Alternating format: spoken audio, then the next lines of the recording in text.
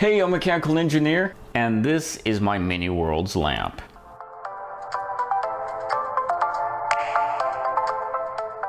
Recently, a few of the clear glass light bulbs in my bathroom have burnt out, but instead of just throwing them away, I decided to keep them because I couldn't shake the feeling that there's something awesome we could do with them. Well, after thinking about it for a little while, I came up with an idea that I think would be super cool. What if we built a small stand to hold the light bulbs and then filled the light bulbs with different materials, so each individual light bulb would have its own terrain and look like its own little world? What in the world am I going to title this video? No. What in the world? I also want to put a few small LED lights in each bulb so that the worlds will almost glow at night. I know this is a super crazy idea, and unfortunately I'm not real sure how to explain it any better, so without any further ado, let's just get started. So to begin, the first thing we're going to have to do is build the actual base or the platform of the sculpture. We're going to want a drawer of sorts built into our base to store our batteries in that power the lights. So the base is going to be a little bit more complicated than an average base, but still relatively simple. I want the base to be about 4 inches square and 1 inch tall because that should give us more than enough room to put the batteries in there. So what I'm going to do is I'm going to take some pine and cut out 3 4-inch long pieces that are 1 inch by a 1/2 inch. These will serve as our sides. And then cut out 2 4-inch square pieces to serve as the top and bottom of the base, making sure to shave them down as thin as possible to save room. Oh, and feel free to cut out a few extra skinny boards because we're going to need them in the future.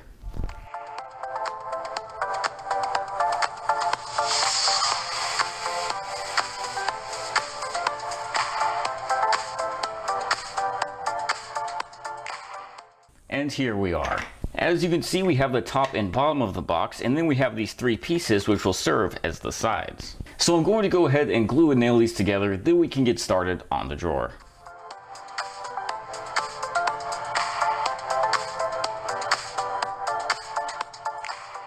Perfect. Now for the drawer, I'm going to take some more of our super thin wood and cut out 2 pieces. We're going to want one of the pieces to perfectly fit inside this gap, and the second to be the same length but 1 1/4 inches wide.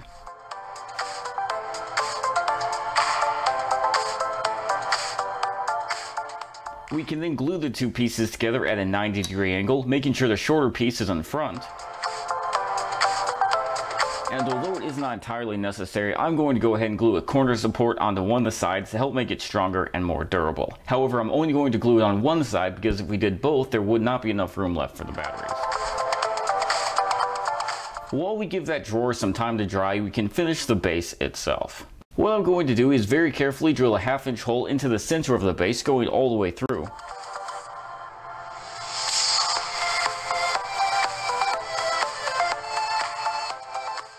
Then drill a 9/64 hole right next to that, and a 21/64 in the back left corner.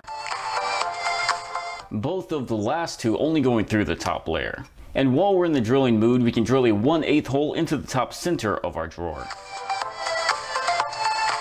Finally, to finish off the construction of the stand, we'll just take a 1/2 inch dowel that we cut to 8.5 inches long, insert it into the center hole, and glue it in place.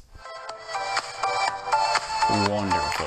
Now we can just fill in all the nail holes with wood putty, give everything a good sanding. And with that, we can now give everything a coat of stain. I'm going to be using Midwax's Early American 230 because I think it should look amazing, and it's the only color I still have in stock.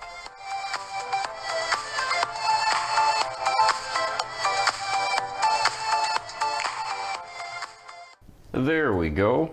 Now, as you can see, there is some discoloration with the stain, and that is because we did not sand off all of the wood glue. We could have if we wanted to, but to be completely honest, for this particular project, I think it looks a lot cooler with it. So moving on, I'm now going to take this brass rod and bend it into 3 loops. We're going to want our loops to be just large enough to be able to hold our light bulbs. For me, that's about 2.5 inches. And we're going to want each loop to have 2 feet sticking out that we can insert into our dowel. Let me show you what I mean.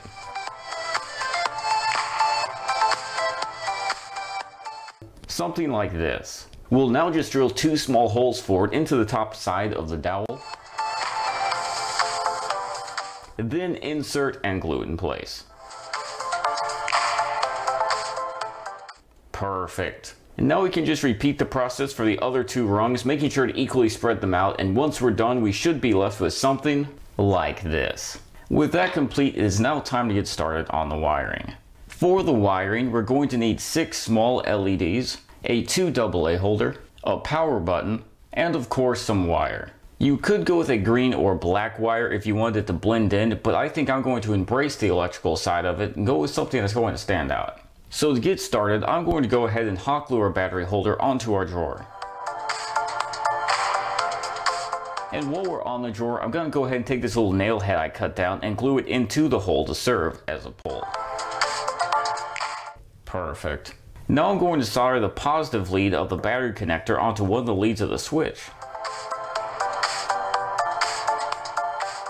Then unspool about 4 feet of wire, fold it at the middle, and insert it through the tiny hole next to the dowel. Like so.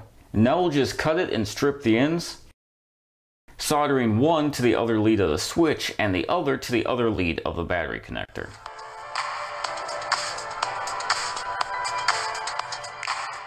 Fantastic. Now after we tape off some of the joints to stop them from shorting out, we can insert the switch into its hole, hot gluing it in place.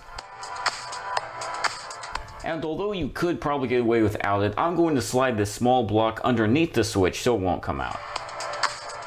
And that is good to go. And now for the LEDs. What I'm going to do is take our wire and wrap it around our dowel, stopping off at each one of the 3 rungs and soldering on 2 LEDs. We're going to want to make sure each LED has at least 1.5 to 2 inches of wire, and we're going to want to make sure we tape or heat shrink the joints so they don't short out. Oh, and of course you're going to have to pay attention to which wire you're soldering to. It's easiest to do one fully, then go back into the other.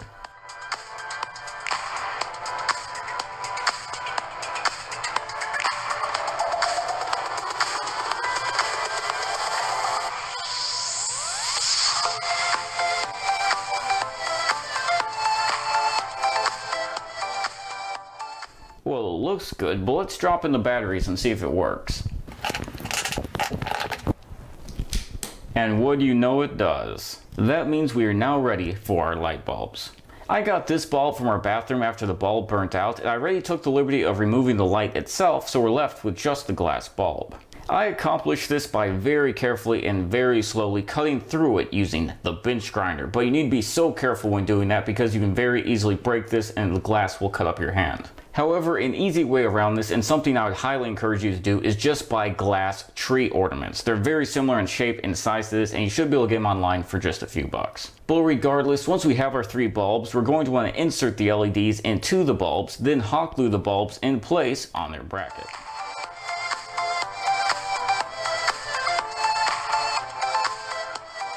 Congratulations! With that, the hard boring part is now over, and it is time for the fun to begin. Here I have some fake plants and some different kinds of rocks I picked up at the dollar store for about $5. So what we're going to do is take some of this material and drop a little bit of it into each individual bulb. I'm going to try and make each bulb look like it's in its own climate, so maybe we'll have like the woods, a desert, or an ocean, or something kind of like that. I'm also going to try to bury one of the LEDs in the rocks, but keep the other one above ground, so hopefully the whole bulb will dimly glow. But with all that being said, I'm just going to let my creativity take over because there's really no such thing as doing it wrong. At least not in this situation.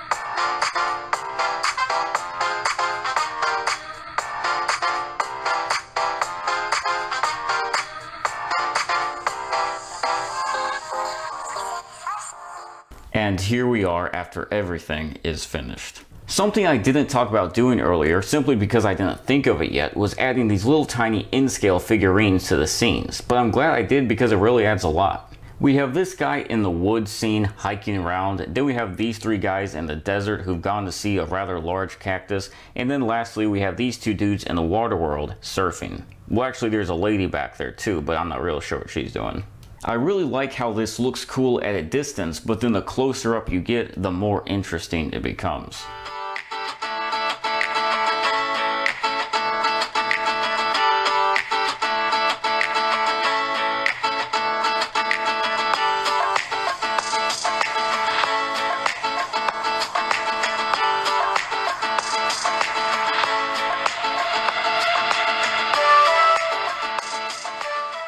we can check this drawer to make sure we have batteries in there, and yep, we do. So now we just have to hit the switch and the lights will turn on.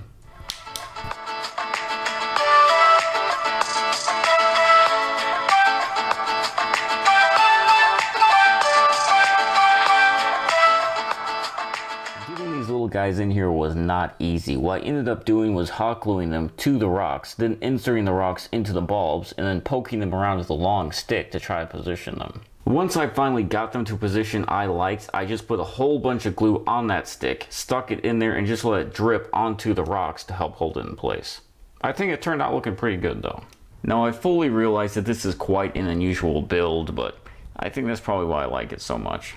And so there you guys have it, my little mini world's lamp. But hey, thank you so much for you guys watching. I hope you did enjoy this video, and if you did, please feel free to hit the thumbs up and subscribe. And Lord willing, I'll see you next time. Thanks for watching, and please feel free to subscribe.